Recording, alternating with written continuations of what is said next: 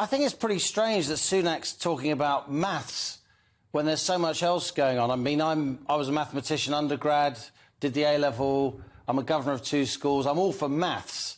But when lots of people are worrying about making ends meet and their electricity bill and can their kids buy a house or even rent a house or even find anywhere to live, I'm surprised. Anyway, we'll see what he says at 2 p.m. Yeah, it is a weird one, I do agree. It is a weird one. It looks slightly out of touch to me, but hey, what do I know? I do think these inflation numbers are interesting. These aren't official inflation numbers out today from the Office for National Statistics. They're from the British Retail Consortium, as you said. And I've put the figures up here on a graphic, and GB News radio listeners will have to take my word for it. We saw fresh food inflation of 14.3% in November. Food inflation was 13.3%. Fresh food inflation was 14.3%. So in November, Paul, on average, fresh food was 14.3% more expensive than it was in November 2021. In December, that number rose to 15%, and that is the highest on record. Now, in November, the official CPI inflation number, that's Consumer Price Index, that's all inflation across the board, all kinds of goods and services, that was 10.7%. You see the difference there. Food prices are going up much more.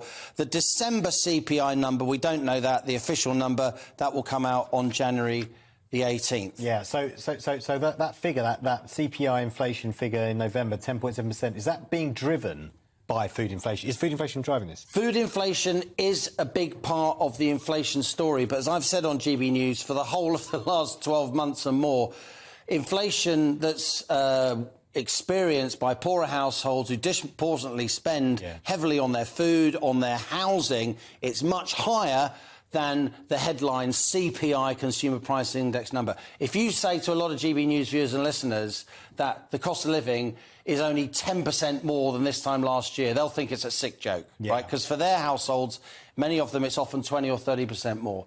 Just another little interesting aside, in the run-up to Christmas, I've got some more numbers here about the supermarkets. In the run-up to Christmas, we did have a bigger Christmas than in 2021, because this was our first COVID-free Christmas, albeit there was lots of industrial action.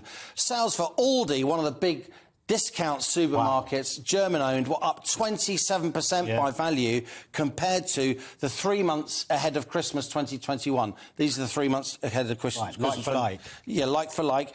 Lidl, the other big discounter in the supermarket industry in Britain, their sales are up almost 24%. So these cheaper, they would say good value, still high quality discount supermarkets, well, people go for a bargain. They often have loss leader items. You can buy your milk and bread really cheap. They may even lose money on that, and that gets you in the store to spend more on other things. Compare that to the traditional mid-market giants, Tesco there, the biggest retailer in Britain still. Their sales are up to 6.5%.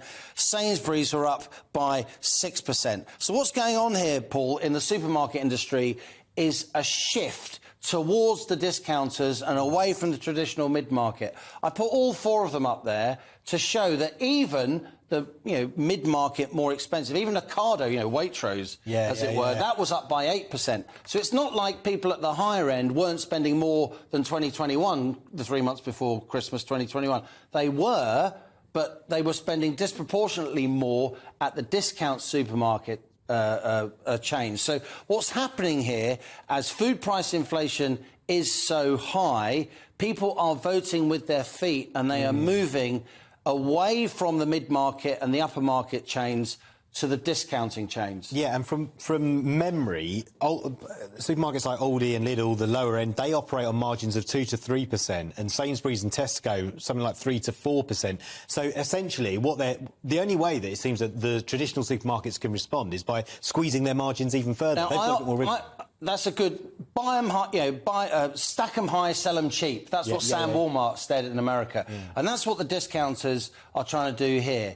And, you use the phrase lower end because it is the lower end of the income spectrum. But these are very sophisticated businesses and they would severely reprimand journalists for saying that they're some kind of, lower quality store. What they're trying to do is value with lower margins, as you say, but they can make more money overall if they increase their volume. Look, don't get me wrong, Tesco and Sainsbury's still dominate UK food retailing. They've still got a much bigger market share than Aldi and Lidl, though Aldi and Lidl are eating into that market share as the discerning British shopper votes with their feet. And it is literally with their feet because, of course, Aldi and Lidl, their retail offering is much less of what they do than the sort of more middle-class supermarkets where, particularly Ocado with Waitrose, the links between those stores historically. So there is a really interesting change going on. The shape of our food retailing industry is shifting as prices are putting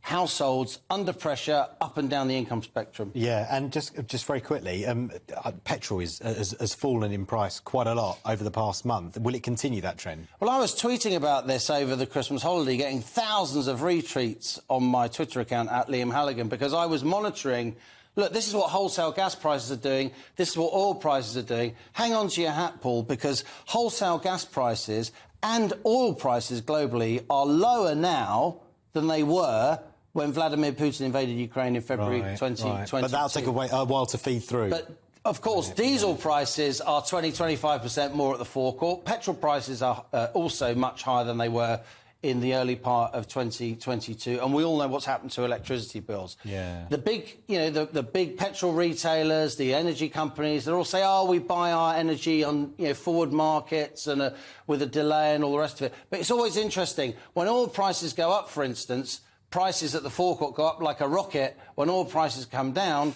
as we say, always like the a way, feather. like a feather, Up yeah. like a rocket, Always down the like way. a feather. Always I wonder why that is. Yeah, I wonder why that is, yeah.